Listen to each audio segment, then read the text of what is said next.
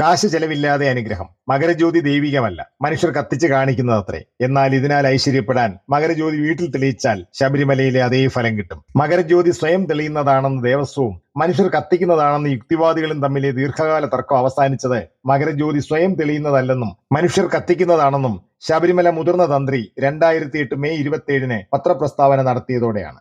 1984 മകരസംക്രമത്തിന് 1000-ലേറെ യുക്തിവാദികൾ പൊന്നമ്പലമേട്ടിൽ ഒളിച്ചിരുന്ന് police സംരക്ഷണത്തോടെ ദേവസ്വംകാർ പൊന്നമ്പലമേട്ടിൽ വലിയ ഉരുളിയിൽ കർപ്പൂരം കത്തിച്ച് 3 തവണ വട്ടം ചുറ്റിച്ച് മകരജ്യോതി കത്തിച്ചു കഴിഞ്ഞ ഉടനെ അരമണിക്കൂറോളം തുടർച്ചയായി യുക്തിവാദികൾ കതിനകൾ പൊട്ടിച്ചു. മകരജ്യോതി മനുഷ്യർ കത്തിക്കുന്നതാണെന്ന് യുക്തിവാദികൾ കൊച്ചിയിൽ പത്രസമ്മേളനം നടത്തിയെങ്കിലും 2008 തന്ത്രി ഇത് വെളിപ്പെടുത്തുവോളം വിലപ്പോയില്ല. പോലീസും ദേവസ്വവും ചേർന്ന് പൊന്നമ്പലമേട്ടിൽ എങ്ങനെയാണ് മകരജ്യോതി തെളിയിക്കുന്നതെന്ന് അറിയാൻ എളുപ്പമുണ്ട്. 1984 പൊന്നമ്പലമേട്ടിൽ കതിന പൊട്ടിച്ച യുക്തിവാദ സംഘത്തിലെ രാമൻ പുഴയ്ക്കലിനെ 9142044103 എന്ന മൊബൈലിൽ രാത്രി 7 മുതൽ 9 വരെ വിളിച്ചാൽ പോലീസും ദേവസ്വവും ചേർന്ന് പൊന്നമ്പലമേട്ടിൽ എങ്ങനെയാണ് മകരജ്യോതി തെളിയിക്കുന്നതെന്ന് അറിയാം. 1984 യുക്തിവാദികൾ പൊന്നമ്പലമേട്ടിൽ മകരജ്യോതിക്ക് ശേഷം കതിനകൾ പൊട്ടിച്ചത് അന്ന് സന്നിധാനത്ത് നിന്ന് മകരജ്യോതി ദർശിച്ചിരുന്ന ഗുരുബാബ കണ്ടിരുന്നു. വീട്ടിൽ ക്ഷേത്ര ദർശനം കർശനമായി വിലക്കിയ അച്ഛൻ പേരാത്തു കുഞ്ചു ജന്മനാ നിരീശ്വരവാദിയായി വളർത്തിയ ഗുരുബാബ 13 വയസ്സ് മുതൽ ദൈവമില്ലെന്ന് തെളിയിച്ചിരുന്ന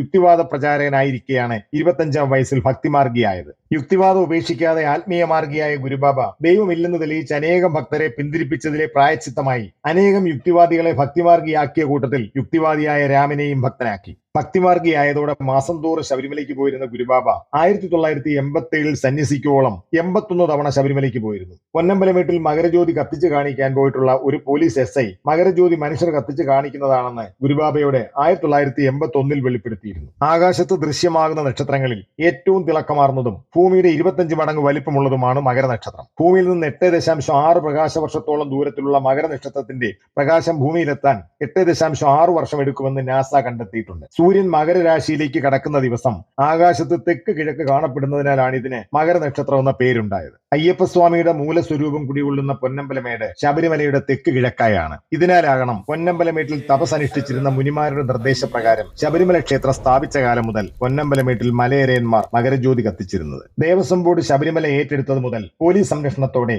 ദേവസ്വംകാർ മകരജ്യോതി കത്തിച്ചു വരുന്നു. ഐശ്വര്യമൂർത്തിയായ ധനേശനാണ് വടക്കിന്റെ നാഥൻ. സൂര്യൻ വടക്കോട്ട് സഞ്ചാരപ്പെട്ട് ഉദിക്കുന്ന മകരപ്പിറവി മുതൽ കർക്കടക സംക്രമം വരെ 6 മാസം ഉത്തരായനം ഐശ്വര്യങ്ങളുടെയും നന്മയുടെയും ശാന്തിയുടെയും അനുഭവകാലം അത്രേ. വിനാശമൂർത്തിയായ യമനാണ് തെക്കിന്റെ നാഥൻ. കർക്കടകപ്പിറവി മുതൽ മകരസംക്രമം വരെ 6 മാസം ദക്ഷിണായനം ഐശ്വര്യഹാനിയുടെയും തിന്മകളുടെയും അശാന്തിയുടെയും കാലവും അത്രേ. ഐശ്വര്യഹാനികരമായ ദക്ഷിണായനത്തിന്റെ അന്തിമാസ്തമയവും ഐശ്വര്യ സമൃദ്ധികരമായ ഉത്തരായനത്തിന്റെ പ്രാരംഭമായ മകരസംക്രമവും ഒന്നിക്കുന്ന മുഹൂർത്തത്തിൽ ഭൂമിയിൽ എവിടെ തെക്ക് കിഴക്കായി മകരജ്യോതി ദർശിച്ചാലും അതിശയ അനുഗ്രഹത്തിന് കഴിയും. കാശ് ചെലവില്ലാതെ കാലദോഷങ്ങൾ ഒഴിയും, കാലം തെളിയും. മകരസംക്രമ ദിനത്തിൽ സ്വന്തം വീട്ടിലെയോ സ്വന്തം താമസ സ്ഥലത്തെയോ പതിവായി ഭക്ഷണം കഴിക്കുന്നിടത്തെയോ ഭക്ഷണങ്ങളല്ലാതെ മറ്റൊരിടത്തു നിന്നും പാചകം ചെയ്ത അന്നപാനീയങ്ങൾ ഏതും കഴിക്കരുത്. അഥവാ അന്ന് പാചകം ചെയ്യാത്ത പഴങ്ങൾ, പച്ചക്കറികൾ തുടങ്ങിയവ മാത്രം കഴിക്കണം. മകരസംക്രമത്തിന്റെ അന്ന് വീടും പരിസരവും ശുചീകരിക്കണം. അന്ന് പാചകം ചെയ്ത അന്നപാനീയങ്ങൾ ഒന്നും മിച്ചം വരരുത്. മകരജ്യോതി ദർശന ശേഷം അന്ന് ജലപാനമടക്കം യാതൊന്നും കഴിക്കരുത്. 2001-2002 മണ്ഡലം മകരവിളക്കിന്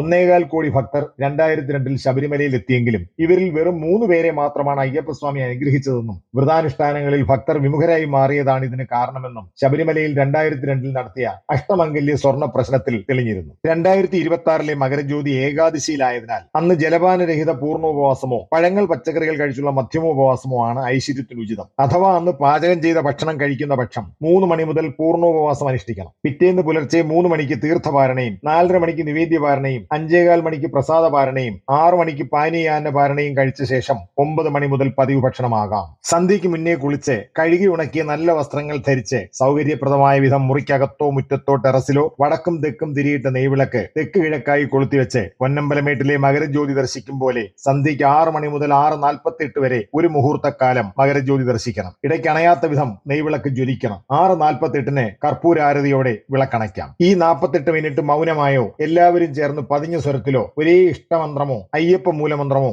ശാസ്താ ഗായത്രിയോ ജപിക്കണം. എന്നാൽ ഏറ്റവും സഫല മന്ത്രമായ ദേവ ശ്രീധര മമമൂർത്തി തൃക്കടാക്ഷം തൃക്കടാക്ഷം എന്ന മന്ത്രജപത്തോടെ മകരജ്യോതി ദർശിച്ച് പ്രാർത്ഥിക്കലത്രേ ഐശ്വര്യത്തിനും ശാന്തിക്കും അനുഗ്രഹീതം. അന്ത്യശരണ ജപത്തോടെ മകരജ്യോതി ദർശിച്ച് ചിത്രശലഭരസ ഗന്ധാഗമനത്തിന് കഴിഞ്ഞവർക്കെല്ലാം അതിശയ ഐശ്വര്യത്തിന് ആഗമനത്തിന് കഴിഞ്ഞിട്ടുണ്ട്. മകരജ്യോതി ദർശനത്തിന് അന്ത്യശരണം ജപിച്ച് സ്വർണ്ണവർണ്ണ ചിത്രശലഭം പ്രത്യക്ഷപ്പെട്ടാലും ഉമിനീരിന് മധുരമോ ചുറ്റിലും സുഗന്ധമോ ഉണ്ടായാലും തലയിൽ നിന്ന് എന്തോ ഭാരം ഒഴിഞ്ഞതായ അനുഭൂതി ഉണ്ടായാലും സ്വസ്ഥമായി അന്ന് രാത്രി പതിവിലധികം ഉറങ്ങാൻ കഴിഞ്ഞാലും അന്ന് രാത്രിയിൽ ഛർദ്ദിക്കുകയോ പിറ്റേന്ന് രാവിലെ വയറിളകുകയോ ചെയ്താലും അതിശയകരമായി കാലദോഷങ്ങൾ ഒഴിയാറുണ്ട്, കാലം തെളിയാറുമുണ്ട്. എല്ലാവർക്കും ഇതുണ്ടാകാറില്ല. കൂടുതൽ ദൈവാനുഗ്രഹമുള്ളവർക്കെല്ലാം തന്നെ അന്ത്യശരണ ജപത്താൽ ചിത്രശലഭ രസഗന്ധാഗമനത്തിന് കഴിയാറുണ്ട്. ഭഗവാൻ ഗുരുബാബയ്ക്ക് നമസ്കാരം. എൻ്റെ പേര് ശ്രീദേവി. ഞാൻ താമസിക്കുന്നത് കൊടുങ്ങല്ലൂരാണ്. ഞാൻ ഈ ഭക്തിമാർഗത്തിലെത്തിയിട്ട് 22 വർഷമായി. ഞാൻ ഒരു ശിവഭക്തിയായിരുന്നു. ചെറുപ്പം മുതൽ ക്ഷേത്രങ്ങളിൽ എന്നും പോകുമായിരുന്നു. പക്ഷെ പറയത്തക്ക ഒരു ഫലവും എനിക്കുണ്ടായിട്ടില്ല.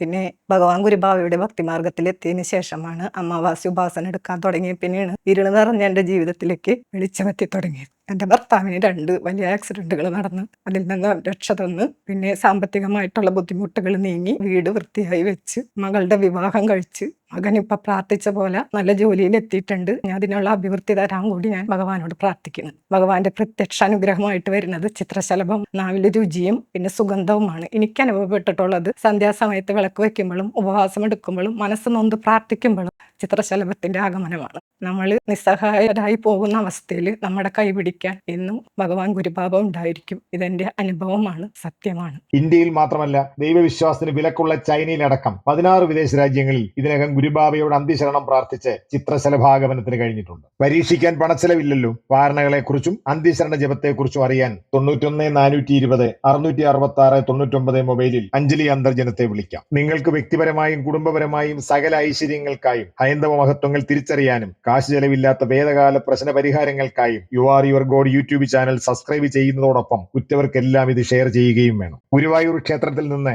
മമ്മിയൂർ ക്ഷേത്രത്തിലേക്ക് പോകുന്ന മെയിൻ റോഡരികിലാണ് പ്രത്യക്ഷ ദൈവവും കലിയുഗാവതാരവുമായ ഗുരുബാബയുടെ സന്നിധാനവും അന്ത്യശരണം ദക്ഷിണേശ്വര ക്ഷേത്രവും. നിനക്ക് നിന്നാൽ നീയാകാൻ അനുഗ്രഹത്തിനുതകുന്ന you are your god YouTube ചാനലിലെ ഈ എപ്പിസോഡ് ഉപസംഹരിക്കുകയാണ്. നന്ദി, നമസ്കാരം.